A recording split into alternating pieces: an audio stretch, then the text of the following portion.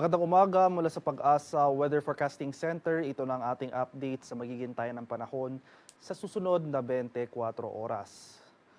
Patuloy pa rin ang epekto ng easterlies o yung mainit na hangin galing sa Karakatang Pasipiko sa malaking bahagi ng ating bansa. At makikita natin dito sa ating latest satellite images itong mga kaulapan sa ilang areas ng Mindanao, particular na sa southern Mindanao. Ito yung epekto ng easterlies kaya makaranas tayo ng mataas na tsansa ng pag-ulan sa ilang areas nga ng southern Mindanao within the next 24 hours.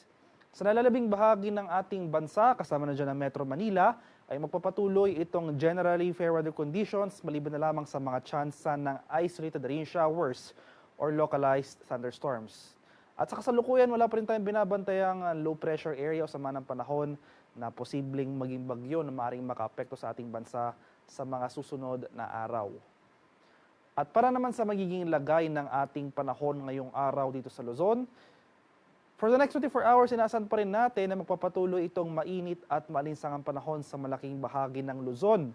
Kasama na dyan ang Metro Manila. Ngunit pagdala pa rin tayo ng payong dahil inaasahan pa rin natin itong mga tsansa ng thunderstorms busapit nga ng hapon hanggang sa gabi. Temperature forecast para sa Lawag ngayong araw, posible maglaro mula 26 to 33 degrees Celsius. 25 to 37 degrees naman dito sa Tagagaraw at 16 to 26 degrees Celsius sa bahagi ng Baguio City. Temperature forecast sa Metro Manila ngayong araw ay posible maglaro mula 24 to 34 degrees Celsius.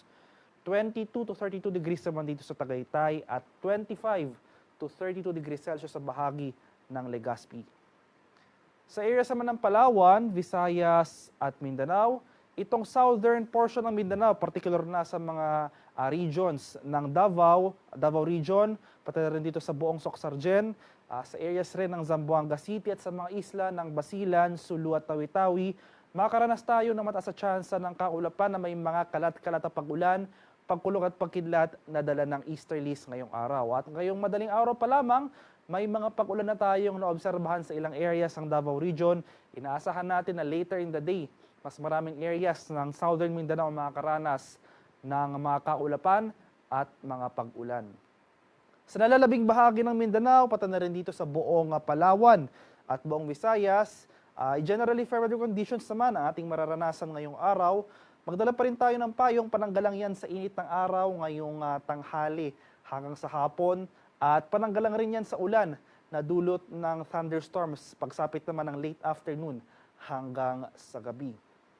Temperature forecast para sa Puerto Princesa ngayong araw, posible maglaro mula 26 to 34 degrees Celsius. At 26 to 34 degrees rin dito sa bahagi ng Kalayaan Islands. Temperature forecast para sa Iloilo ngayong araw ay mula 26 to 32 degrees Celsius. 26 to 32 degrees rin dito sa bahagi ng Cebu at Tacloban area. Sa bahagi naman ng Mindanao, sa area ng Cagayan de Oro City, temperature forecast natin 25 to 32 degrees Celsius. 26 to 32 degrees naman dito sa Davao at 25 to 33 degrees Celsius sa bahagi ng Zamboanga. At sa kalagayan nating karagatan sa kasalukuyan, wala pa rin nakataas na gale warnings alamang baybay na ating kapuluan. Malayang makapalaot ang ating mga kababayang mangingisda at may mga maliliit na sasakyang pandagat. At banayad hanggang sa tamtamang pag-alon na ating inaasahan sa malaking bahagi ng ating bansa. Ngunit iba yung pag-iingat sa ating mga kababayan na maglalayag sapagkat kung meron tayong offshore thunderstorm activity, ito yung mga pag-ulan sa ating mga dagat baybayin. Asahan natin ang bahagyang paglakas ng ating mga hangin, kaakipot nito ang bahagyang pagtaas rin ng ating mga alon.